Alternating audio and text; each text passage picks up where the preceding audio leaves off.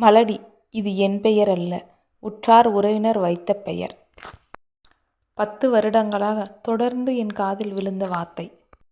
தவறே செய்யாமல் தண்டிக்கப்பட்டேன். காரணமே இல்லாமல் வசைபாடப்பட்டேன். திருமணம் முடிந்து 1 மாதத்திலிருந்தே கேள்விகள் என்னை பின்தொடர்ந்தன. வீட்டில் விசேஷம் இல்லையான்னு. எத்தனை நாள் தான் நானும் சிரித்து சமாளிப்பேன். 1 வருஷம் போச்சு. எனக்குள்ளேயும் அந்த எண்ணங்கள் தோன்ற ஆரம்பிச்சது. இது மற்றவங்க கேள்விக்காக இல்லை. நானும் என் கணவரும் சந்தோஷமாக வாழ்கிறதுன்னு அடையாளமாக ஒரு குழந்தை வேணும்னு ஆசைப்பட்டோம். அவரும் அதே மாதிரி தான் ஆசைப்பட்டார். அவர் ரொம்ப அன்பானவர், அழகானவரும் கூட. என் மேலே ரொம்ப அன்பாக இருப்பார். அதை நான் அதிகமாக தெரிஞ்சுக்கிட்டது எப்போனா, என் கணவருடைய அம்மா பக்கத்து வீட்டில் 3 பொண்ணு பிறந்திருக்கான், ஒரு குழந்தைய வேணா யாருக்காவது கொடுத்துர்லான்னாங்க. உங்களுக்கு தான் எப்படியும் குழந்தை பிறக்காதே, அந்த குழந்தையாவது எடுத்துகிட்டு வந்து வளர்த்துங்கன்னு சொன்னப்போ என் கணவர் மிகுந்த கோவப்பட்டார். இன்னும் ஒரு முறை இந்த மாதிரி வார்த்தைகள் எங்ககிட்ட பேசாதம்மா, அப்படி பேசினா நான் அம்மான்னு கூட கூப்பிட மாட்டேன், போயிடுன்னு சொன்னார். எங்களுக்கும் குழந்தை பிறக்கும், நாங்களும் சந்தோஷமாக தான் இருப்போம், தேவையில்லாமல் எங்களுக்குள்ள நடுவில் வராதம்மா, தயவு செஞ்சு போயிடுன்னு சொன்னார். எனக்கு அவ்வளோ சந்தோஷம். நம்ம மேலே நம்ம கணவர் இவ்வளோ அன்பாக வச்சுருக்காரேன்னு சொல்லிட்டு அவர்கிட்ட போய் கேட்டேன், உங்களுக்கு அவ்வளோ பாசமாக என் மேலேன்னு. அதெல்லாம் ஒன்றும் கிடையாது, மற்றவங்க குழந்தைய நம்ம குழந்தைய எப்படி வளர்த்த முடியும், அது எனக்கு பிறந்தா மட்டும்தான் ஏன் குழந்தை அப்படின்னு சொன்னார். நாங்களும் ஹாஸ்பிட்டலாக போக ஆரம்பித்தோம். டாக்டர்ஸும் ரிப்போர்ட்ஸ்லாம் பார்த்துட்டு நார்மல், உங்களுக்கு எந்த பிரச்சனையும் கிடையாது, சீக்கிரமாகவே குழந்தை பிறக்குன்னு சொன்னாங்க. மற்றவங்க சொல்கிறதெல்லாம் கேட்டு கோயிலாக போக ஆரம்பித்தோம். ஹாஸ்பிட்டல், கோவில், இப்படியே மாற்றி மாற்றி போயிட்டுருந்தோம். காலங்களை உருண்டோடிச்சு. 4-5 வருஷங்கள் போச்சு. என் கணவருக்கு இப்போல்லாம் என்னை பிடிக்கிறதே இல்லை. நான் அன்பாக கிட்ட போனால் கூட உன்னால் எனக்கு எந்த யூஸும் இல்லைன்ற மாதிரி தான் அவர் என்னை பார்ப்பார். எங்களுக்குள்ளான பாசங்கள் குறைய ஆரம்பித்தது. எந்த விசேஷத்துக்கு போனாலும், ஒரு நலங்கு வைக்க போனாலும் என்னை விட மாட்டாங்க. இல்லைம்மா, நீ கொஞ்சம் ஓரம் நகர்ந்து நில்லு, உனக்கே இன்னும் எந்த நல்லதும் நடக்கலை, நீ வந்து செய்யாத அப்படின்னு சொல்லுவாங்க. அதனாலேயே இப்போ நான் எந்த விசேஷத்துக்கும் போகிறதில்ல, வீட்டில் மட்டுமே இருக்க ஆரம்பித்தேன். எங்கள் மாமியார் பக்கத்து வீட்டு தான், அப்பப்போ வருவாங்க. அவங்களுக்கு விசேஷம், இவங்களது விசேஷம், இங்கே ஒன்றும் இல்லைன்னு சண்டை போட்டு போவாங்க. இது கேட்டு கேட்டு எனக்கு ரொம்ப அழுத்து போச்சு. என் கணவர்கிட்டையாவது ஒரு ஆறுதல் கிடைக்குன்னு நினச்சேன். அவரும் இதையே சொல்ல ஆரம்பிச்சிட்டாரு. மற்றவங்க எல்லாம் விசேஷம் இல்லையான்னு கேட்குறாங்க, எனக்கு கஷ்டமாக இருக்குது, நீ தான் காரணம். ஆனால் டாக்டர்ஸ் என்னவோ 2 பேருக்கும் பிரச்சனை இல்லைன்னு தான் சொன்னாங்க. ஆனால் அவர் கரெக்டு, நான் தப்புன்னு தான் காரணம் சொல்ல ஆரம்பிச்சிட்டாரு. இது எவ்வளோ நாள் தொடரும்னு தெரியல. கஷ்டமாக இருந்தால் எங்கள் அப்பா கிட்ட ஃபோன் பண்ணி அழுகுவேன், எங்கள் அம்மா கிட்ட அழுகுவேன். ஆனால் அவங்க சொல்கிற பதில், என்ன நடந்தாலும் நீ அங்கேயே தான் இருக்கணும், வீட்டுக்கெல்லாம் சண்டை போட்டுட்டு வந்துடாத. அண்ணன் தம்பி 2 பேர் இருக்காங்க, யாரும் உன்னை பார்க்க மாட்டாங்க. தம்பிக்கு இன்னும் கல்யாணம் ஆகலை, நீ வந்து வீட்டில் உட்காந்தா அவனுக்கு கல்யாணம் பண்ண முடியாது, நீ வந்துடாத. எங்கேயும் ஆறுதல் இல்லாமல் இருந்தேன். எப்பொழுது மாற்றம் வரும் என்று ஏங்கிக் கொண்டே இருந்தேன். எங்களுக்கென்று ஒரு குழந்தை வராதா என்று இருந்தேன்.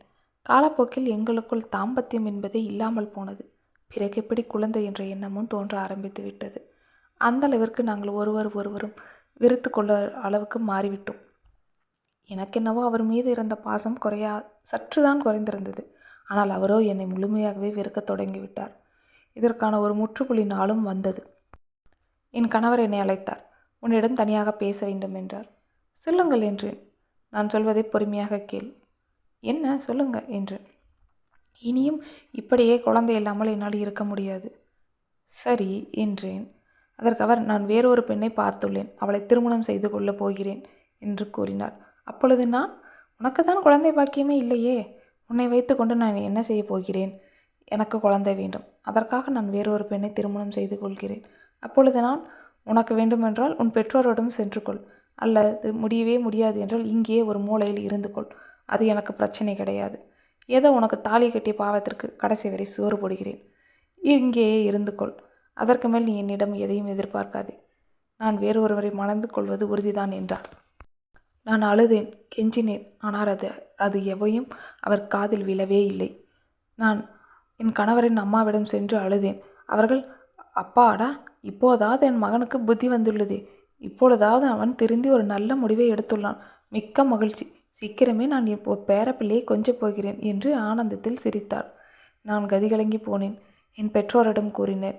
அவர்கள், சரி, இது உன் தலையெழுத்துப்படி நடக்கட்டும், வேறு ஒன்றும் சொல்வதற்கல்ல, எத்தனையோ பேர் இந்த மாதிரி இருக்காங்க, நீ அங்கேயே இருந்து கொள்.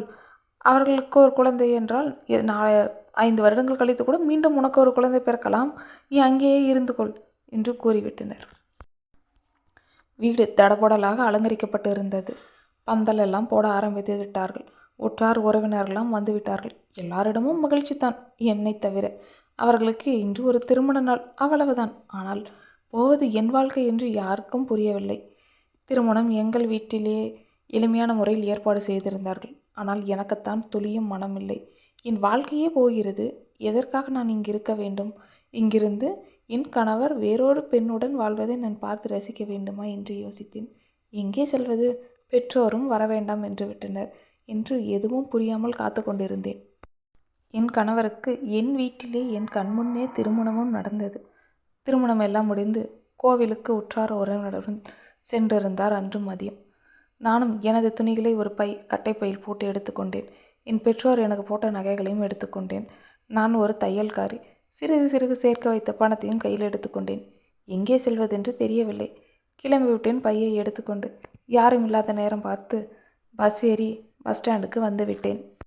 எங்கு செல்வது என்று தெரியாமல் திக்கற்றவளாக நின்றேன். கூட்டம் ஏதும் இல்லாத ஒரு பஸ்ஸில் ஏற அமர்ந்தும் கொண்டேன். எங்கு போவதென்றே தெரியவில்லை. பக்கத்தில் ஒரு வயதான அம்மா இருந்தார். எங்கம்மா போகிறீங்க என்று கேட்டேன். நான் பக்கத்தில் இருக்க டவுனுக்கு தான் போகிறேன். அங்கே ஒரு கம்பெனியில் டைலராக வேலை செய்கிறேன்னு சொன்னாங்க. எனக்கும் அங்கே வேலை வாங்கி தரீங்களான்னு கேட்டேன். என்னம்மா திடீர்னு இப்படி கேட்குறேன்? பஸ்ஸெல்லாம் எடுத்து வச்சுட்டு பஸ்ஸில் வந்து ஏறிட்டு இப்படி கேட்குறேன். என்னம்மா வீட்டை விட்டு கோச்சிட்டு வந்துட்டியா? 2 நாளில் சமாதானம் ஆகிடுவீங்க தானே அப்படின்னு கேட்டாங்க. இல்லைம்மா, எனக்கு யாரும் இல்லை. ஏதாவது வேலை செஞ்சு தான் நான் சாப்பிடணும். எங்கே போகிறதுன்னு தெரியல. உங்களுக்கு தெரிஞ்ச இடத்துல ஒரு வேலை வாங்கித்தாங்க. நானும் ஏதோ உங்கள் பேரை சொல்லி பொழைச்சிக்கிறேன்னு. அவ்வளோதானம்மா, வாமா. எங்கள் கம்பெனியில் 100கணக்கான பொம்பளைங்க வேலை செய்கிறாங்க. உனக்கு ஒரு வேலை தானே. எங்கள் முதலாளி ரொம்ப நல்ல மனிதர், கேட்டால் கொடுப்பார், வாமான்னாங்க. நானும் அவங்க கூட டவுனுக்கு வந்துட்டேன். அங்கே டைலர் வேலை எனக்கு தெரியுன்றதுனால அந்த வேலை எனக்கு ரொம்ப ஈஸியாக போச்சு. அங்கே அது ஒரு கார்மெண்ட்ஸ். அங்கே சின்ன சின்ன பசங்களுக்கான சர்ட்டு, நைட் ட்ரெஸ் அந்த மாதிரி தைக்கிறது. நானும் இப்படி தான் தைச்சிட்ருக்கேன். 2 வருஷம் போச்சு. நான் எங்கே இருக்கேன், எப்படி இருக்கேன்னு யாருக்கும் தெரியாது. என் சொந்தக்காரங்க, குடும்பம், புருஷன் யார் எப்படி இருக்காங்க எதுவும் எனக்கு தெரியாது. நான் தனியாக இருக்கேன். ஒரு வீடு பிடிச்சிருக்கேன். தினமும் வேலைக்கு வருவேன். வேலை முடிச்சதும் வீட்டுக்கு போய் சமைச்சு சாப்பிட்டு தூங்கிடுவேன். இது மட்டும்தான் வாழ்க்கையாக இருந்துச்சு. மனசு எதையோ தேடிகிட்டே இருந்தது. நம்ம ஏன் இப்படி இருக்கோம்? நம்ம வாழ்க்கையில் எந்த மாற்றமே இல்லையா அப்படின்னு யோசிச்சுட்டே இருந்தேன். கூட வேலை செய்கிறவங்களும் கேட்டுகிட்டே இருப்பாங்க. கல்யாணம் ஆயிடுச்சா? குழந்த இருக்கா? இல்லையா? ஏன் அப்படி தனியாக இருக்கீங்க? யாருக்கும் பதில் சொல்ல மாட்டேன். பெருசாக யார்கிட்டையும் நான் பேசவும் மாட்டேன். நான் உண்டு, என் வேலை உண்டுன்னு இருப்பேன். நிறைய பேருக்கு என் பேர் கூட சரியாக தெரியாது. அந்த அளவுக்கு தான் இருப்பேன். சம்பள தேதியாச்சா, சம்பளத்தை வாங்கிட்டு வந்துட்டே இருந்துருவேன். ரொம்ப கஷ்டமாக இருந்தால் கோயிலுக்கு போவேன். இது மட்டும்தான் என்னுடைய தினசரி வேலையாக இருந்துச்சு. அன்றைக்கி ஒரு நாள் கோயிலுக்கு போயிருந்தப்ப ஒரு பாட்டி, என்னை விட கொஞ்சம் வயசானவங்க, அந்த குழந்தைக்கு பாட்டின்னு நினைக்கிறேன், அந்த பிள்ளைய அடிச்சுக்கிட்டே இருந்தாங்க. ஏம்மா அப்படி அடிக்கிறீங்கன்னு கேட்டேன். அதை கேட்க, நீ யார்? இது எங்கள் வீட்டுக்கு வந்த சனியன். இது இருக்கிறதுனால தான் எங்களுக்கு பெரிய தொல்லையாக இருக்குது. எங்கேயாவது போய் செத்து தொலைஞ்சா கூட பரவாயில்ல அப்படின்னு சொல்லி அடித்தாங்க. நீங்கள் பேசுகிறது உங்களுக்கே நியாயமாம்மா? ஏன் உங்கள் பேத்தி தான் இப்படி பேசுகிறீங்கன்னு சொல்லி கேட்டேன். இது என்ன என் பேத்தி? என் மருகனுடைய சம்சாரத்து மக. இவங்க அம்மாவை பிறக்கும் போதே எங்கள் அம்மாவை இவ முழுங்கிட்டா. இவளை வளர்க்குறதுக்கு தான் என் மகளை கட்டிட்டு போனாங்க. ஆனால் இன்றைக்கி என் மக கல்யாணம் ஆகி 2 பசங்க பெற்றிருக்கா. இந்த பொட்டப்பிள்ளை என்னத்துக்கு? எங்கேயாவது கொண்டு போய் தொலைச்சாதான் நிம்மதியாக இருக்குன்னு சொன்னாங்க. நீங்கள் பேசுகிறது தப்புமா, இப்படியெல்லாம் பேசாதீங்க. ஒரு குழந்தை இல்லாதவங்களுக்கு தான் அதனுடைய கஷ்டம் தெரியும்னு சொன்னேன். அப்படியா? ரொம்ப கஷ்டமாகுதா? அப்போ என்ன நீ கொண்டு போய் வளர்த்தையா? நானே இதை கொண்டு போய் ஏதாவது ஆசிரமத்தில் தள்ளி விட்டு வரலான்னு தான் கூட்டிகிட்டு போகிறேன். இது உண்மை தெரிஞ்சு வரமாட்டேன், நான் இங்கே தான் இருப்பேன்னு அழுகுது அப்படின்னாங்க. அந்த குழந்தை தேம்பி தேம்பி அழுதுட்டுருச்சு. ஏம்மா, நீ உங்கள் அப்பா கிட்ட சொல்ல வேண்டியது தானேன்னு சொன்னேன். எங்கள் அப்பாவும் கூட்டிகிட்டு போய் ஆசிரமத்தில் சேர்த்திட சொல்லிட்டாங்க ஆண்டி, அதான் அழுகிறேன். எனக்கு தனியாக போக பயமாக இருக்குது. நான் எங்கள் அப்பா கூட தான் இருப்பேன்னு சொல்லி அந்த குழந்தை அழுதுச்சு. அந்த குழந்தையோட அழுகை என்னை என்னமோ பண்ணுச்சு. சரி, இந்த குழந்தைய நம்மளே வளர்த்துக்கிட்டா என்னன்னு எனக்கு ஒரு நிமிஷம் தோணுச்சு. கேட்டுருவோமேன்னு கேட்டேன். அநாத ஆசிரமத்தில் தானே சேர்த்த போகிறீங்க, என்கிட்டே கொடுத்துருங்க, நான் வளர்த்திக்கிறேன்னு கேட்டேன். நிஜமாக தான் சொல்கிறையான்னாங்க. ஆமாம், எனக்கு குழந்த இல்லை, இதை என் பொண்ணாக நான் வளர்த்திக்கிறேன், எனக்கு எந்த பிரச்சனையும் கிடையாதுன்னு. சரி, கூட்டிகிட்டு போ, எனக்கு எந்த பிரச்சனையும் கிடையாது அப்படின்னு அங்கேயே விட்டுட்டு போயிட்டாங்க. இந்த உலகத்தில் இந்த மாதிரி மனுஷங்களும் இருப்பாங்களான்னு அந்த நிமிஷம் எனக்கு தோணுச்சு. குழந்தை அழுதுகிட்டே இருந்தா. கையில் அவள் வச்சுருந்த பையில் அவளுடைய துணிகள், பொம்மைகள், அவங்க அம்மாவுடைய ஃபோட்டோ இருந்துச்சு. பாட்டி, நான் உங்கள் கூடயே வந்துடுறேன், நான் எந்த தொல்லையும் பண்ண மாட்டேன், நான் அப்பா கூடயும் சித்தி கூடயும் இருந்துடுறேன், என்னை விட்டுட்டு போகாதீங்கன்னு அழுந்தா. அவங்க பாட்டி திரும்பி கூட பார்க்கல. குழந்தைய என் கையில் பிடிச்சி கொடுத்துட்டு திரும்பி பார்க்காம போயிட்டாங்க. அவளுக்கு ஒரு 5 வயசு இருக்கும். பேர் என்னன்னு கேட்டேன். நிர்மலான்னு சொல்லி அழுதுகிட்டே இருந்தாங்க. நான் உங்கள் கூடலாம் வரமாட்டேன் ஆண்டி, எனக்கு ரொம்ப பயமாக இருக்குன்னு அழுதா. பயப்படாத, நான் சும்மா தான் சொன்னேன், வா உனக்கு நான் சாக்லேட் வாங்கி தரேன் அப்படின்னு கூட்டிகிட்டு போனேன். அழுதுட்டு இருந்தவ கொஞ்சம் தெம்பாய் என் கூட சாக்லேட் சாப்பிட வந்தா. அப்படியே பேசிட்டு என் வீட்டுக்கே நான் கூட்டிகிட்டு வந்துட்டேன்.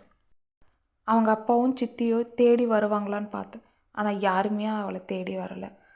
1 மாதம் போச்சு. நிர்மலா கூப்பிடும்போது கீழே விழுந்துட்டா. அம்மானு அழுதா. என் கண்ணில் இருந்து தண்ணி வர்ற மாதிரி ஆயிடுச்சு. போய் தூக்கி கொஞ்சினேன். இனிமேல் நான் உங்களை அம்மான்னு கூப்பிட்டுமான்னு. அந்த நிமிஷம் உலகத்தில் இருந்த எல்லா வழியும் எனக்கு மறந்த மாதிரி இருந்துச்சு. கூப்பிடு தங்கம், நீ இனிமேல் என் மக தான், நான் தான் உன் அம்மான்னு கட்டி பிடிச்சி நான் அவள் கன்னத்தில் மாறி மாறி முத்தம் கொடுத்தேன். அதுக்கப்புறம் நிர்மலாவை நான் ஸ்கூல் சேர்த்து விட்டேன். அவளும் நல்லா படித்தா. காலங்கள் உருண்டோடியாச்சு. அவளும் கல்லூரியில் சேர்ந்து இந்த வருஷம் அவளுக்கு காலேஜ் முடியுது. காலப்போக்கில் நிர்மலா என் மகன்னு மட்டும்தான் அவளுக்கு தெரியும். அவங்க அப்பா அம்மா, அவங்க தாத்தா பாட்டி யார் பற்றி நினைவுகளும் அவளுக்கு இல்லாமல் போச்சு. நல்லா படிக்க ஆரம்பித்தா. என் மேலே உயிரியே வச்சுருந்தா. நானும் கொஞ்சம் கொஞ்சமாக சம்பாரித்து சிறுக சிறுக அவளுக்குன்னு சில நகை நட்டுகள்லாம் சேர்த்து வச்சுருந்தேன். காலங்கள் உருண்டோடிட்டு இருந்துச்சு. ஒரு நாள் இந்த உண்மையெல்லாம் அவளுக்கு திரும்பவும் தெரிய வர நாள் வந்துச்சு. இந்த நாள் வரவே கூடாதுன்னு ஆசைப்பட்டு இருந்தேன்.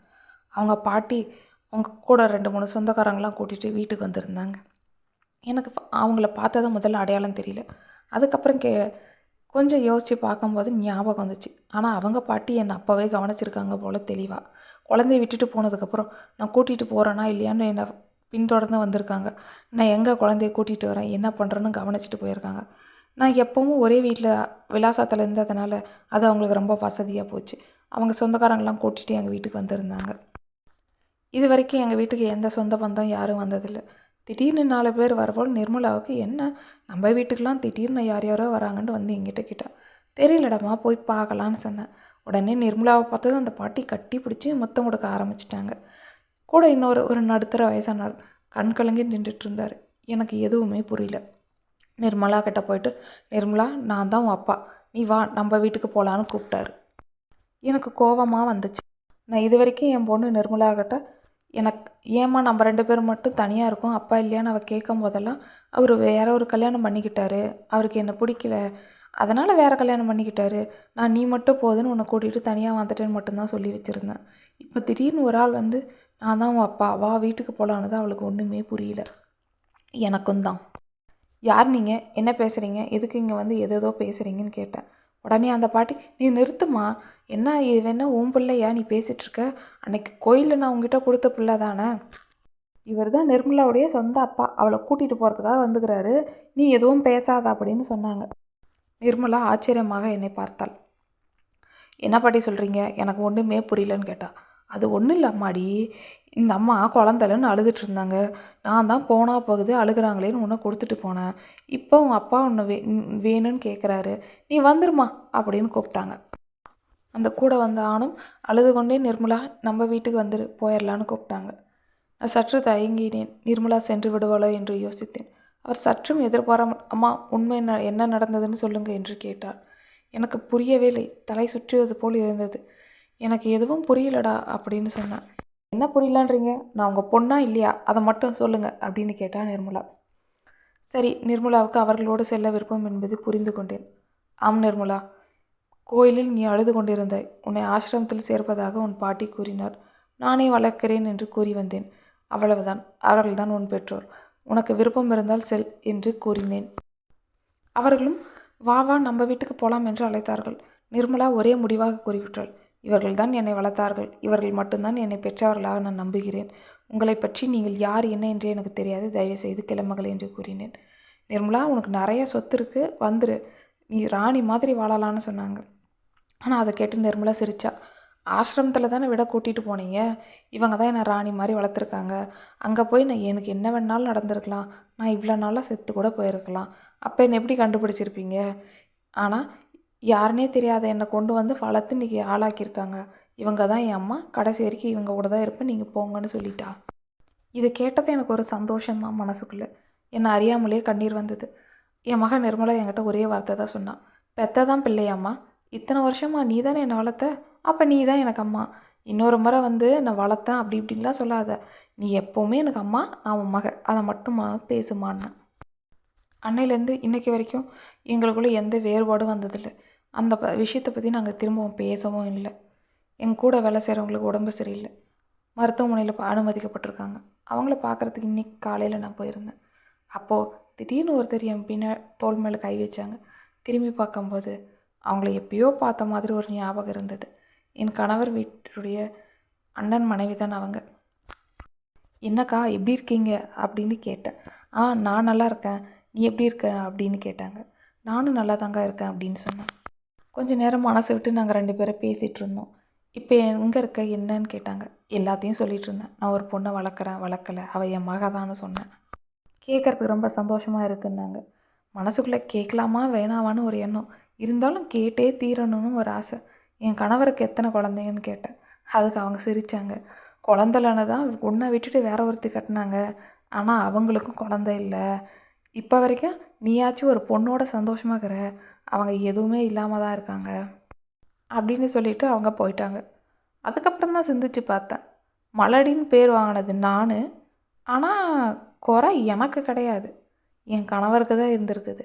அப்படின்னு பார்த்தா இந்த சமூகம் என் கணவரை தானே மலடன்னு சொல்லியிருக்கணும். ஆனால் தப்பே செய்யாமல் ஒரு பெண்ணாக இருக்கிறதுனால எல்லா கஷ்டங்களையும் நான் அனுபவிக்க வேண்டியிருக்கிறது. இதுதான் இந்த சமூகத்தின் நீதியா?